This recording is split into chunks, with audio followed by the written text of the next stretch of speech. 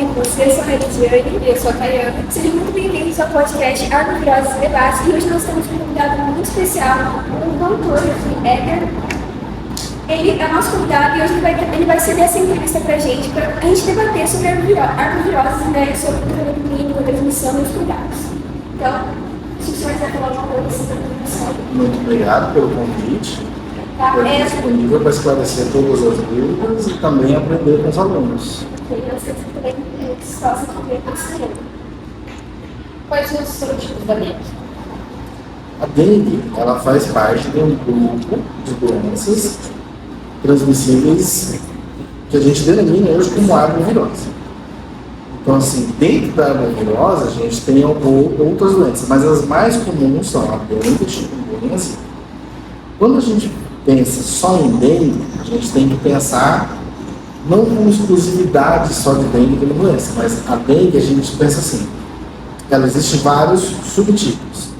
Só que alguns subtipos, além de estar classificada dentro da dengue, ela também nos faz pensar nas outras doenças. A gente não pode esquecer muito dela. Mas assim, da tua pergunta é assim, a dengue ela tem 4 subtipos. A dengue tipo A, tipo B, tipo C e A tipo D. Você quer saber os 4 tipos de cada um, qual é o modelo de cada um.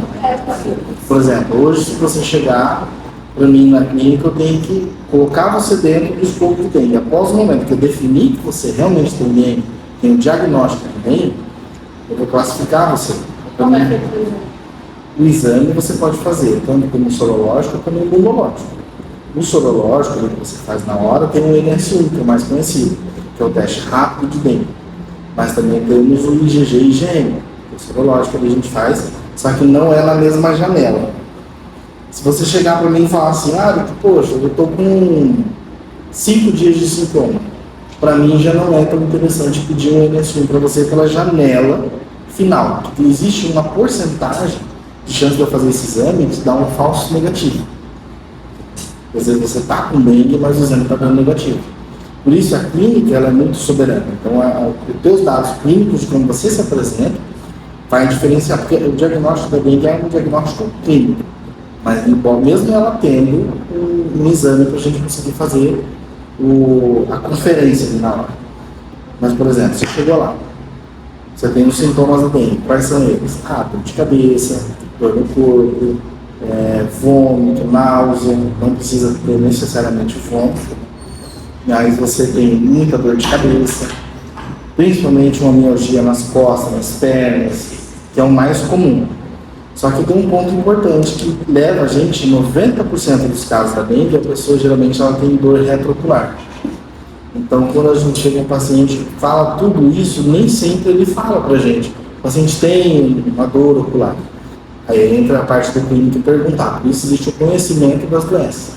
A gente pergunta assim, tem dor atrás dos olhos, tal? O paciente fala assim, realmente tem. Então tá, beleza. Até que se prova o contrário. O paciente tem dor no olho, tem dor no corpo, tem dor de cabeça, tem dor muscular, até que se prova o contrário, é uma dengue por enquanto. Depois desse momento, a gente precisa classificar os pacientes nesses 4 serotipos. Se é um paciente tipo A, tipo B, tipo C ou tipo D. O paciente tipo A é o dengue clássico, comum. Ele tem tudo isso que eu acabei de falar, só que ele não tem mais nenhum outro sintoma. Ele está com sinais vitais estáveis, está hidratado, está ótimo, é só medicar e o paciente é liberado para casa. O paciente tipo B já é um paciente que você precisa fazer, que a gente chama de prova do laço. Prova do laço, não sei se você já viu a prova do laço, como é feita. A gente faz assim, por exemplo, pega um manguito, que é aquele aparelho que a gente mede pressão, a gente mede qual que é a pressão máxima e a pressão mínima que a gente escuta fazendo isso daí. A gente pega a pressão média, fixa ali e deixa por alguns minutos. Tem um cartãozinho que o Ministério da Saúde ele deixa liberado no Ministério da Saúde, porque ele faz um segmento de 2 por 2 centímetros, 4 por 4 centímetros. Você coloca no braço da pessoa e você faz uma contagem que tem ali tantos pontinhos, porque essa pressão vai fazer microhematomas nos vasos. E aí vai fazer vários bolinhos. A gente faz uma contagem, um X de contagem, a partir daquele ponto, a gente deu, a gente classifica como dengue tipo B. Não deu, volta para a classificação tipo A. Então, esses seriam sintomas da classificação. A gente sempre separa A e B, paciente que provavelmente tem grande chance de ir para casa. Pacientes tipo C e D são grandes pacientes que têm chance de internação. Como que a gente separa esses dois grupos? Geralmente a gente vê sinais de alarme. Quais são os sinais de alarme? Paciente que tem vômitos que não param, dor de cabeça insuportável, vômitos que não param, junto com uma cólica, dor abdominal muito importante, que não resolve com medicação simples, um grau de desidratação, lipotímia, que são aquelas tonturas, hipotensão ortostática, que quando você levanta, a tua pressão está tão baixa que você tem uma sensação de desmaio. E quando você tem isso, a gente já classifica como alguns sinais de alarme. Junto você já tem a peteca, que é aqueles pontinhos. Esse paciente, ele vai ficar internado. Então, esse paciente é ali por conta dos sinais de alarme. Mesmo você tentando fazer um resgate, a gente teve bastante auxílio aqui no Cotaporã, com a Secretaria de Saúde, que eles liberaram bastante soro numa fase aguda que teve aqui de dengue, uma epidemia bem ativa.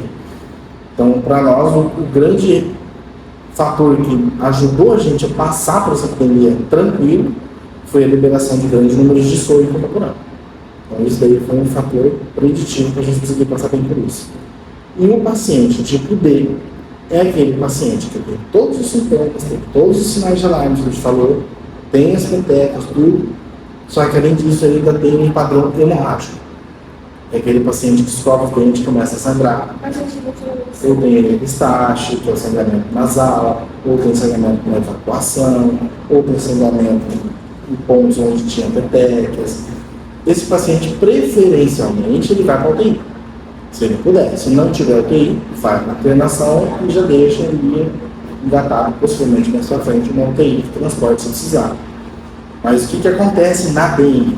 Por que acontece isso? Por que o soro praticamente é um dos melhores remédios da dengue? Porque a dengue ela faz assim. Imagina um canudinho e você fura todo o canudinho. Aquele ali é do vaso sanguíneo. O sangue está ali, mas ele transporta oxigênio, ele não fica só ali. Ele sai dali do vaso e vai para todas as células, músculos, todos os órgãos ali. Isso. Existe uma coisa chamada permeabilidade, que é a capacidade do líquido transpassar essas paredes do vaso. Quando você tem a dengue, você tem a perda de permeabilidade. Então, o vaso fica mais aberto. E aí você começa a perder muito líquido do lado de fora do vaso. Então, você fica mais desidratado no sangue, por isso que a tua pressão cai. Você fica mais inchado, mas você fala, mas está hidratado. Não, mas está seco porque você está perdendo água dentro de você mesmo. E aí é onde a gente entra com bastante soro para aumentar a volumetria. Sim, a gente perde bastante plaquetas, quando a gente volta com um grande número de hidratação, você estimula o corpo a se renovar e ele volta a tentar fazer as plaquetas de novo. E aí você atravessa aquele período, que é o período viral, que é de 7 dias, para você se recuperar de novo. Exatamente. A recuperação ela depende de cada pessoa. Porque, por exemplo, hoje você está com imunidade, mas ela não está com a mesma imunidade que você. O fato dela estar passando por um problema até emocional já reduz mais a imunidade dela do que para você. Entendeu? Exatamente. Em todos os nomes. É verdade. Sim. Mas além também foi muito importante. Você tirar mais rápido. Sim. A gente já tirou todas as minhas dúvidas, sabe? Falo bastante que eu Do seu ponto de vista, o senhor acha que a distribuição do saneamento básico ela tem influência? Totalmente. O saneamento básico, hoje, se você for ver, se você for comparar os últimos apresentações do ano passado com esse, já tem diferença. Você vê essas obras que estão tendo na nossa cidade. Você vê aquelas avenidas gigantes que estão aumentando os esgotos. Você vê os esgotos que tinha, eram pequenininhos. Os esgotos que tem hoje são os esgotos grandes que estão fazendo. Isso vai facilitar o escoamento. Se facilita o escoamento, por exemplo, hoje quem que transmite a arbovirose, que são as doenças da dengue, chikungunya e zika? A Aedes aegypti. Tinha, todo mundo sabe que desde muito tempo falava assim, o mosquito se transmite, onde que ele solta a larvinha dele? Porque é água limpa, eles falavam muito. Hoje em dia tem estudos que falam que não. Ele se reproduz tanto em água limpa quanto em água suja. Se ele se reproduz tanto em água limpa quanto suja, o esgoto seria um grande lugar para reprodução. É onde o saneamento básico deveria fazer o trabalho dele. Temos a cidade inteira hoje com saneamento básico? Não. Hoje no Brasil, a cidade que tem o maior nível de saneamento básico é Maringá, no Paraná.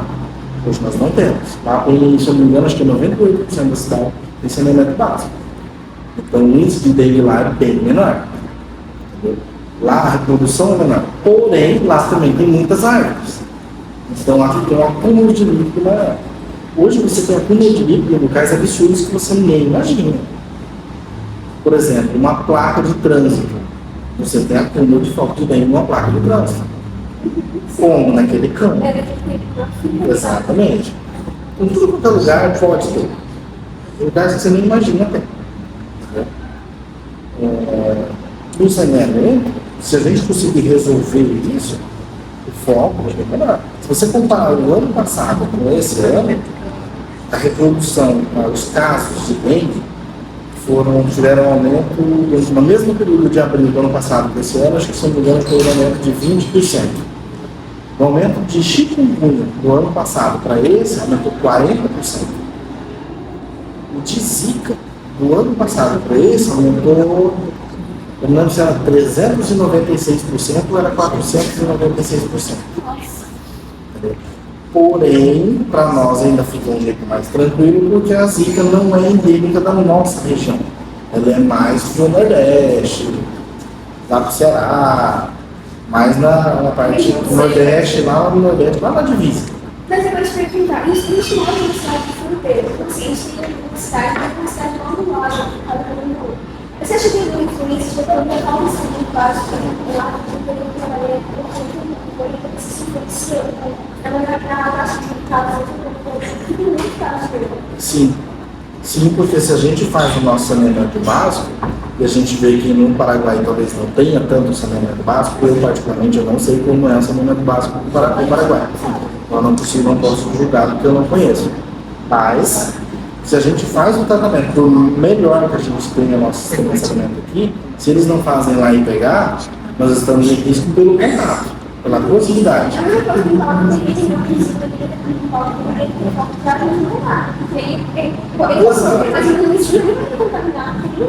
Sim. Então, chegamos num ponto muito interessante. Então, é tudo isso que eu vou questionar sobre a dengue. Eu tava com uma pergunta na cabeça agora, eu esqueci.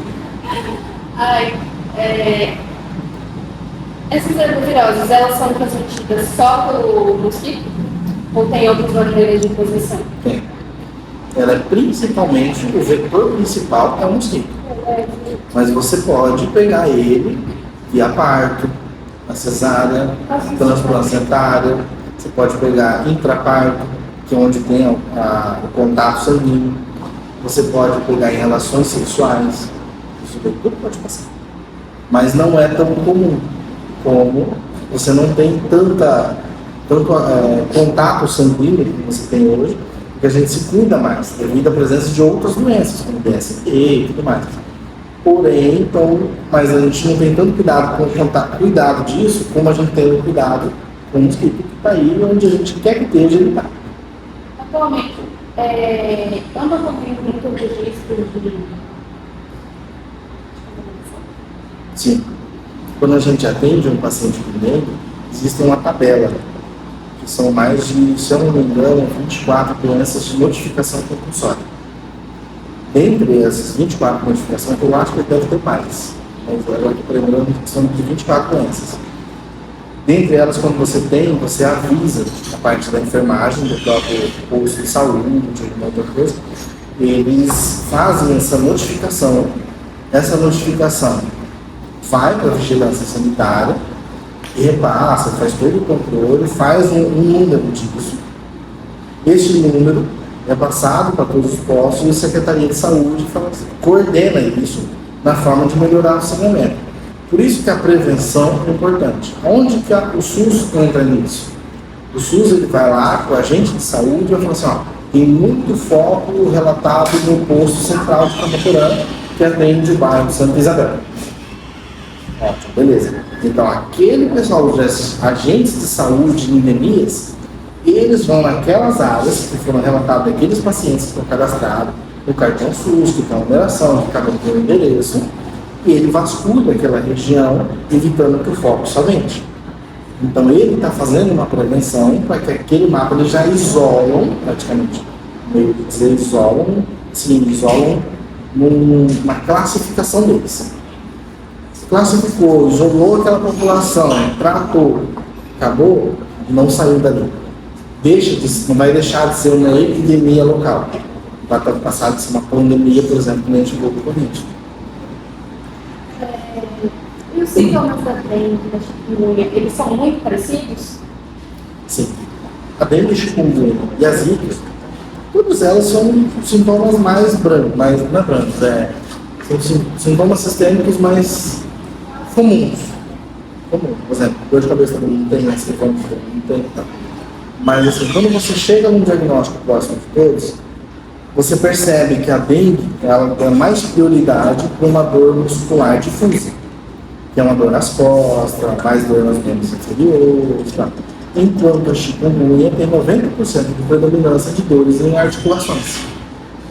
Então, o paciente que chega reclamando muita artralgia, que é a dor nas articulações, e tem os sintomas de dengue, você tem preferencialmente pensar em chikungunya.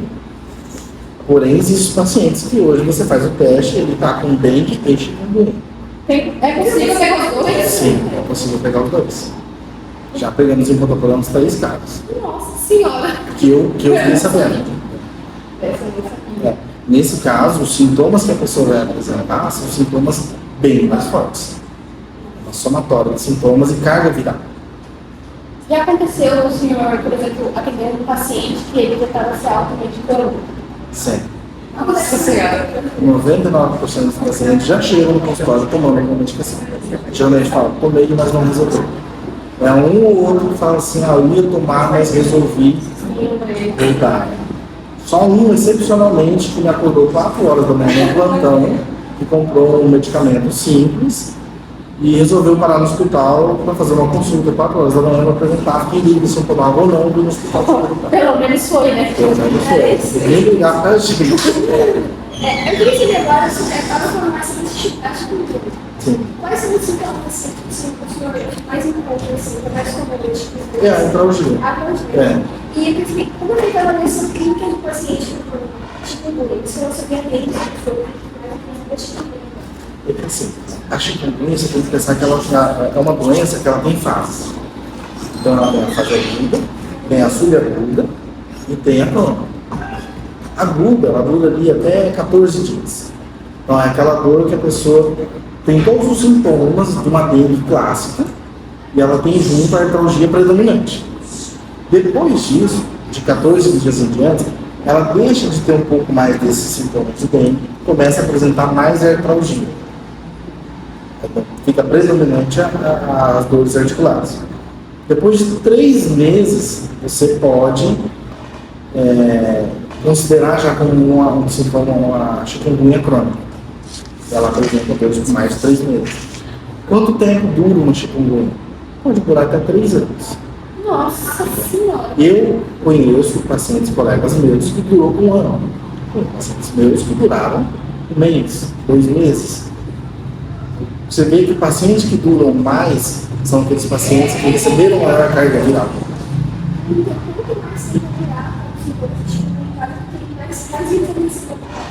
É uma ideia, não dá para você ter certeza.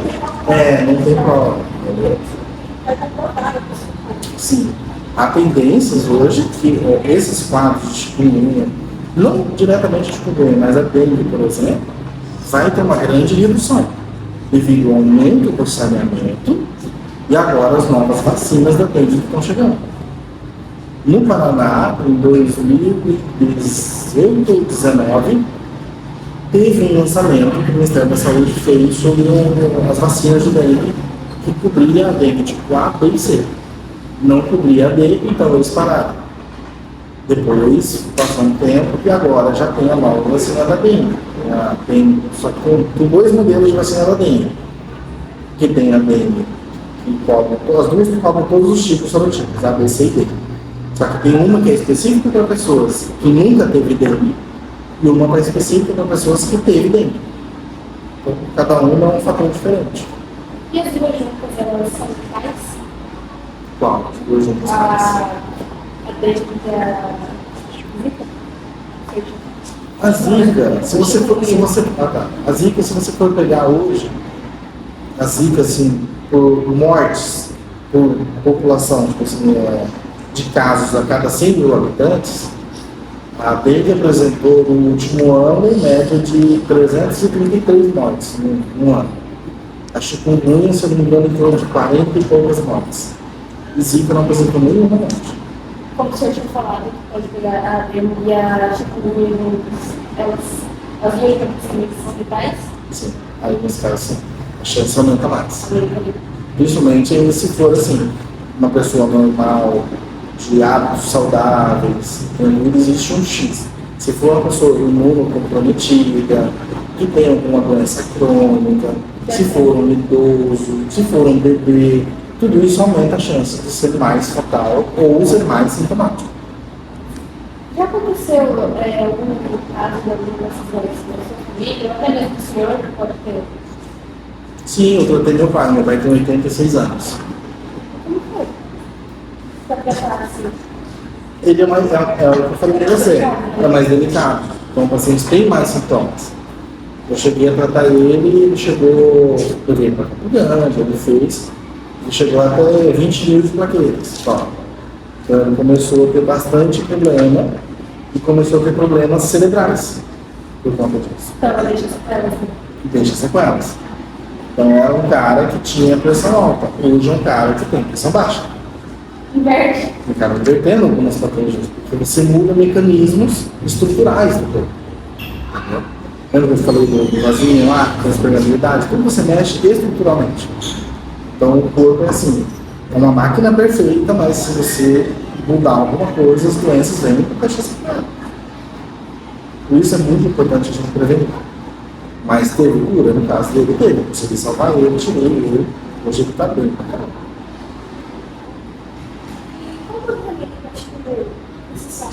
Geralmente não tem hoje um protocolo, não existe um protocolo para dengue, um protocolo para chikungunya, um protocolo para zika. Geralmente a gente trata com sintomas clínicos. Por exemplo, você tem só dor de cabeça e náusea, e ela tem só dor muscular e vômito. Eu vou tratar o que ela tem, você vai tratar o que você tem. A gente não costuma dar, por exemplo, anti-inflamatórios. A gente praticamente é proibido de dar anti-inflamatórios porque a gente aumenta a chance de hemorragia. Porque a gente aumenta a permeabilidade vascular, então existe um risco maior de sangramento. Mas geralmente a gente trata clinicamente, sintomático. Eu tinha um caso, se eu ela pegou o chute no passado, e agora ela não está e esse é muito bonito para isso. Ela precisou de assim. Principalmente se ela tiver alguma doença crônica como uma artrose. Ela tem uma coração. Coração? É, uma coração. Já não teria tanto significado, como se ela tivesse uma artrose, uma artrite reumatoide, entendeu? Mas, como eu disse, pode durar até 3 anos. Até 3 anos ela pode não sentir mais. Mas até lá, tudo pode mudar. Mas a gente faz tratamento. Hoje em dia, vem a medicina da dor, que é que eu faço, a gente trata doenças da dor, localizada, no joelho. Tem inúmeras medicações que a gente consegue colocar diretamente na articulação e trata pela articulação. A pessoa fica sem sintomas até faz uma acompanhamento da dor. O senhor acha que as estações do ano também, por exemplo, o senhor observou e falou, não, a estação do ano eu percebi que teve mais registros de alguma das dos casos das adenoviroses? É por causa das chuvas, né? Que é onde começa as chuvas e você é muito mais forte. Ontem estava no calor e hoje já choveu já. Na época de chuvas, você praticamente triplica o nível de água parada. E, assim, tem alguma diferença entre o SUS e o hospital particular? Assim, a senhora tem dos dois, né? Sim, trabalho no SUS e no sistema privado. E já chegou alguém assim, que o senhor ficou, nossa, esse caso tá, pode ter que internar. Essa semana eu internei uma pessoa com 12 mil de plaquetas. Já estava tendo hemorragia na pele. Entendeu? A pessoa, para ela ter assim, um sintoma avançado, ela, geralmente tem pessoas que elas não vão ao hospital de jeito nenhum, né? Ela pode estar doente, quase morrendo, se falar assim, que ela não vai pro hospital. Quando chega um caso mais sério, assim, tem relatos que ela já estava tantos dias, por exemplo, há mais de 5 dias com sintomas? Sim, a maioria deles já vem com mais de uma semana de sintomas. Aí também já é brincadeira, né? A maioria deles vem, porque eles falam assim, achei que ia melhorar. A minha avó me deu xarope que ela fez de mel com limão, e tinha lá, e levou para benzer e tudo mais. Achei que era gripe só. Acontece, só que já não está dando, então a gente resolveu, tipo assim, nós somos, para alguns a gente acaba até sendo até o último recurso. E para alguns nós somos o primeiro recurso, porque a gente fala assim, não queria tomar nada antes de vir te perguntar. Não, melhor de fazer. Varia de pessoa para pessoa, varia de crescimento e conhecimento de cada um, o que cada um recebeu. É por isso que vocês escutam hoje. Isso é uma visita. Assim, qual a sua intervenção da visita? Além disso, a sua O definição. principal é o exigente. Mas o que a gente costuma ser sexual? Como tem que ser, a relação sexual, contato sanguíneo, essas coisas. O bebê ele pode pegar tanto via transplacentária como intraparto. Ou depois ela pode pegar também pela amamentação. Isso, se ela nasceu, não pegou, e ele está dando de mamar e a mãe acabou pegando, ela pode passar. No primeiro trimestre de gestação, é o período que a placenta ela ainda não está muito madura. Se ela não está muito madura, ela sofre mais manutenção até se madurar. Até essa maturação acabar sendo formada, a chance de no primeiro trimestre ela passar para o bebê é muito maior. Quais problemas em conjunto podem ser mais fatais? Junto com a dengue, chikungunya, assim? As doenças crônicas. Principalmente as doenças crônicas reumáticas. Porque como tem mais sintomas agudos importantes, é a artralgia. Se a pessoa, se uma avó ou mãe, alguém que tiver uma artrite reumatoide que tem muita dor nas mãos, chega a pegar uma chikungunya, que geralmente o paciente que chega com chikungunya no consultório, eles falam assim, estou com uma dor na minha mão que quando eu fecho parece que vai rasgar os tendões. Aí você pensa, essa dor numa pessoa que já tem dor na mão. A complicação é doenças crônicas ou também imunossuprimidos, por causa que não vai ter imunidade suficiente para combater tudo. Hoje a gente tem um grande problema de deu 37 de temperatura, todo mundo já tomou antipiral. A febre, ela não é, ela é um sintoma, é um sintoma de alerta. Não é só um sintoma de alerta. A febre é curativa. A febre ela é curativa. Já estava fora do Ela sistema, te orienta que está tendo um problema. Mas desde que você conheça, saiba que a pessoa não vai ter uma pulsão febril, nada, você pode até permanecer em alguns casos com a febre, que tem recomendação de alguns pediatras, por exemplo, crianças, não medicar até certo ponto. Você não tem como ela é uma semana boa, você até um certo ponto. Você até um certo Sim. ponto. A gente não pode entrar. Se você está com febre e você está se sentindo bem, existe a recomendação de não até tomar medicação. Agora, existe aquele momento que você está com febre, mas que você já tem dor no corpo, você já tem dor para respirar, porque está muito quente. Então, tem gente que é assim com 37,5. E tem gente que não sente nada com 38,5. Tem gente que com 38 está morrendo. Não varia de paciente, sempre varia de paciente a paciente. É a melhor defesa. Acho que ele quer a imunização, né? Que ela tem uma queda de vírus, ela tem que ser. Exatamente. A febre ela está presente quase 100% das doenças. Mas, assim, quando você tem a febre, a temperatura mais alta, ela desnatura proteínas. Lá na biologia que vocês estudam, tem sobre as proteínas. A temperatura desnatura. Você pode ver no laboratório que você vai fazer, proteínas desnaturam. Quando a gente tem essa temperatura maior no corpo, as proteínas, além dela desnaturar, ainda a gente tem outras células, hoje em dia a gente tem células chamadas chaperonas, que elas são recobertas por novelos de DNA. Então, quando você atinge uma temperatura, o seu organismo abre esses novelos, saem os DNA de dentro, produzem mais células para combater aquele vírus que está no teu corpo. Então, se você já entra com antitérmico, antipirético na hora, você quebra essa produção de proteínas que vão matariam o vírus mais rápido. Aí, geralmente, é aquela pessoa que também não vai deixar tomar outra medicação. Ela já vai tomar muito antibiótico, já sem receita. Então, a automedicação, como você fala. E como tudo isso também você sabe, tudo isso que você pega, se ela passa por ele,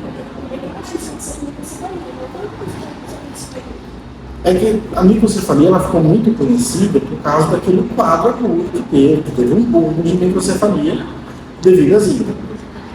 Mas a gente não pode pensar que toda zika dá microcefalia. E nem toda microcefalia é zika. Tem microcefalia que é genética, tem microcefalia que é um problema de anormalidade no parto. E se você tem mãe que teve zika, não tem microcefalia. E às vezes a mãe nem sabe que teve zika. Exatamente. Mas existe uma porcentagem muito grande de mães que pegam zika, principalmente no primeiro trimestre, e acabam desenvolvendo. Como que você passa, por exemplo, uma zika que a mãe pegou e vai passar para o bebê? Existe hoje na manutenção daquela placenta, tem umas células que fazem toda a mudança de a célula se madurar, criar mais parede, criar mais vaso. Tem uma célula chamada células de Hofbauer. Essas células que fazem a manutenção de uma placenta. Não tem estudos assim complementando, é culpa dela. Mas os últimos estudos, se não me engano, que foram em 2017, foram comprovados que a ideia seria mais ou menos esse mesmo, que é o último hipótese que foi chegaram até ela. Então, através dessas células de manutenção, se chegou lá, consegue passar no sangue e consegue chegar. Porque o bebê depende da oxigenação e alimentação via placentária.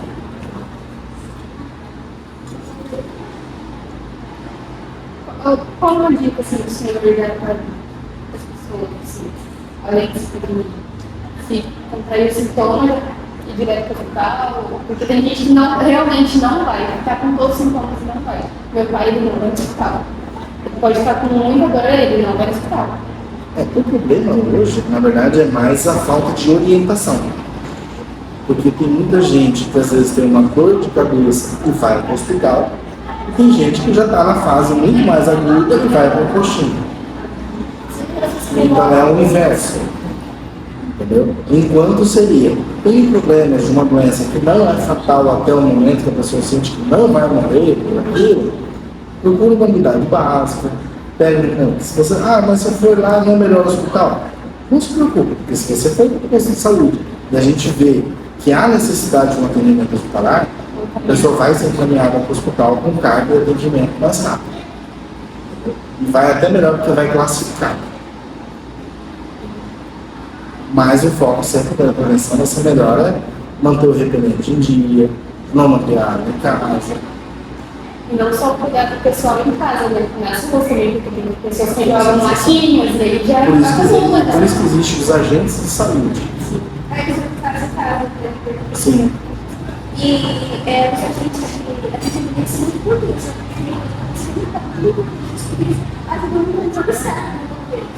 Sim. Existe até uma criação, eu não sei se o nosso município está fazendo, mas no Paraná, em Goiás, eu acho que ele fala, eles têm um sistema de reconhecimento do funcionário do agente, lá que eles fazem assim. Hoje a malandragem está demais, então muita gente hoje se investe de agente de pandemias para poder estar invadindo casas. Então muita gente não abre a casa hoje, né? Na pandemia foi clássico isso. A gente não abria nem para o correio. Entendeu? Então no Covid era uma desculpa que todo mundo dava, não, então o Covid não abre. Então todo mundo se aproveitou disso. Mas no Paraná, em Goiás, existem alguns casos que eles estão fazendo que a pessoa tem um credenciamento, que é avisado de casa em casa, que mudou, a pessoa apresenta o título. Toda vez que ela vai, ela é convidada do posto e tem a notificação. Ela pode estar ligando o posto confirmando. Olha, é o agente de ministro que mudou, é do cara em casa, posso liberar ele? Essa seria a forma correta. Porque você tem conhecimento de quem está entrando na sua casa. Se você tem conhecimento de quem está entrando na sua casa, é mais fácil dele ligar. Tem agente de ministro que entra na tua casa e acaba tendo foco do vizinho dentro da casa. Porque o vizinho não recebe. Casas abandonadas, o vizinho viajou há 60, 80 dias e está lá com a piscina descoberta, sem uma gota por hora. Isso acontece com isso. E eu tenho uma pergunta que você pode fazer Literalmente tirou todas as minhas dúvidas, já não lembro 10 minutos. Eu fiquei meio. O que eu vou perguntar? E o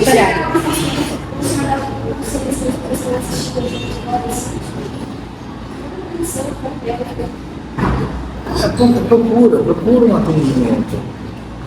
Não deixe complicar. Remediar o custo do tratamento sempre vai ser mais caro do que o tratamento para se prevenir.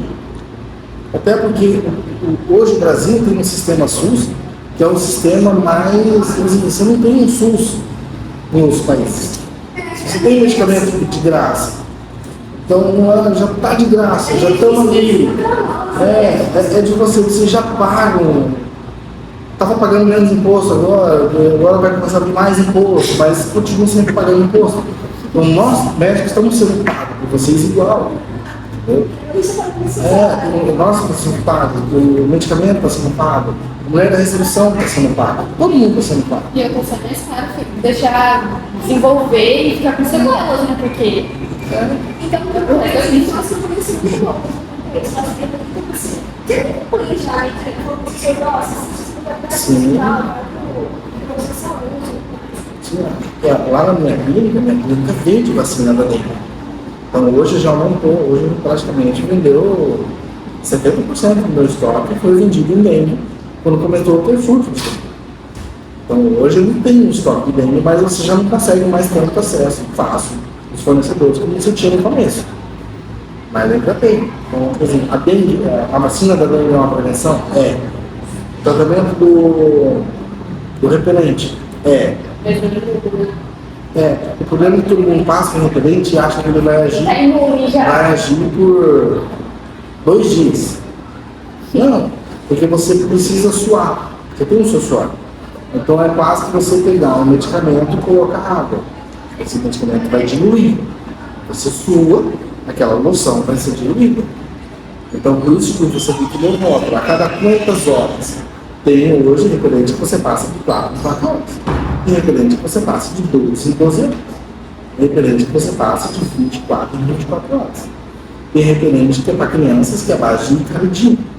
Tem gente que passa, que é outros que já não precisam ter caridina, mas são mais fortes que são para os adultos. Então varia de cada um. Não é só um repelente que faz tudo. Então é isso, né? Eu espero que o pessoal aí de casa tenha esse raciocínio. Muito obrigada por você Eu tô querendo dar uma ideia pra gente continuar esse podcast, porque eu gostei demais desse doutor, ele explica muito detalhado. Ele explica muito, aí já vai ser também sobre informação.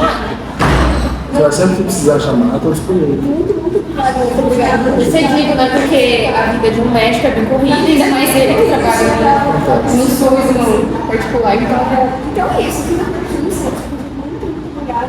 Obrigado, espero mais conversa. Então, galera, inscreva-se no canal, tá? Deixa o seu like aí. Se tiver alguma pergunta, coloca aí nos comentários. alerta, hein? E não esqueça que eu não vai ao médico, tá? Não tome medicamento em casa por conta própria.